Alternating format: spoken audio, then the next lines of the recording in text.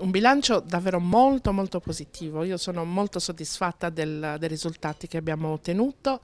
un dialogo, un confronto molto attento su quelli che sono i problemi dello sviluppo di questo territorio, nel quale naturalmente l'energia e l'ambiente hanno un ruolo centrale, però sai, la possibilità anche di confrontarsi su una dimensione più ampia, su anche le criticità che nel passato sono avvenute e capire quali sono anche gli elementi che bloccano il flusso di informazioni, di rapporti fra regione, enti locali e imprese. Quindi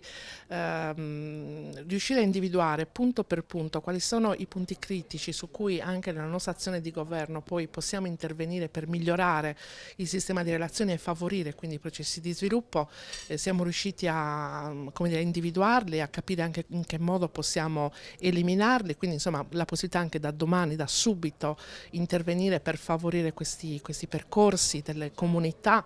avere un quadro così chiaro, così definito di quello che possiamo fare da domani è sempre insomma una situazione in cui alla fine esci contento di aver incontrato amministratori, di aver incontrato le imprese e da capire da subito che cosa può fare ciascuno di noi per dare delle risposte che siano concrete, risposte certe. Un elemento poi che mi è piaciuto moltissimo è la cornice fatta con i bambini, questo lavoro bellissimo, laboratori davvero così interessanti, così anche divertenti, giocosi, che ti danno anche la possibilità di capire che cosa puoi fare anche per le giovani generazioni che non, insomma,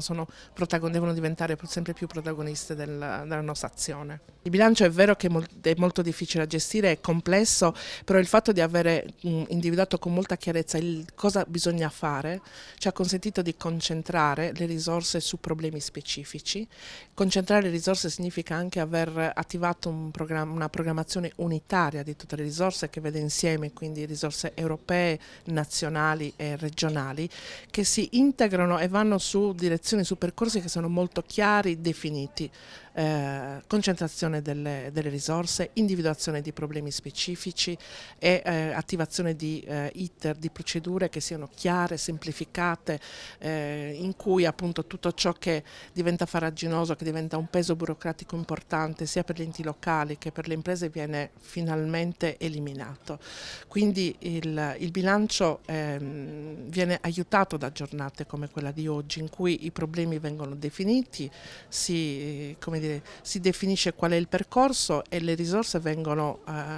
immediatamente posizionate su quel problema. Quindi in realtà il nuovo modo che abbiamo di programmare viene enormemente aiutato da questa modalità di lavoro con le istituzioni pubbliche, con le istituzioni locali e con il mondo produttivo. Quindi e anche giornate come queste ci danno, come dire, ci confortano nel fatto che la scelta che è stata fatta di lavorare in un'ottica di programmazione unitaria con appunto la cabina di regia della programmazione unitaria e con unità di progetto che segue la programmazione unitaria sta evidentemente funzionando perché siamo in grado di dare risposte immediate con i fondi comunitari ma anche con tutto il resto delle risorse che sono a nostra disposizione. Quindi insomma una giornata così è anche aiuta perché si vede insomma secondo noi stiamo andando verso la direzione giusta.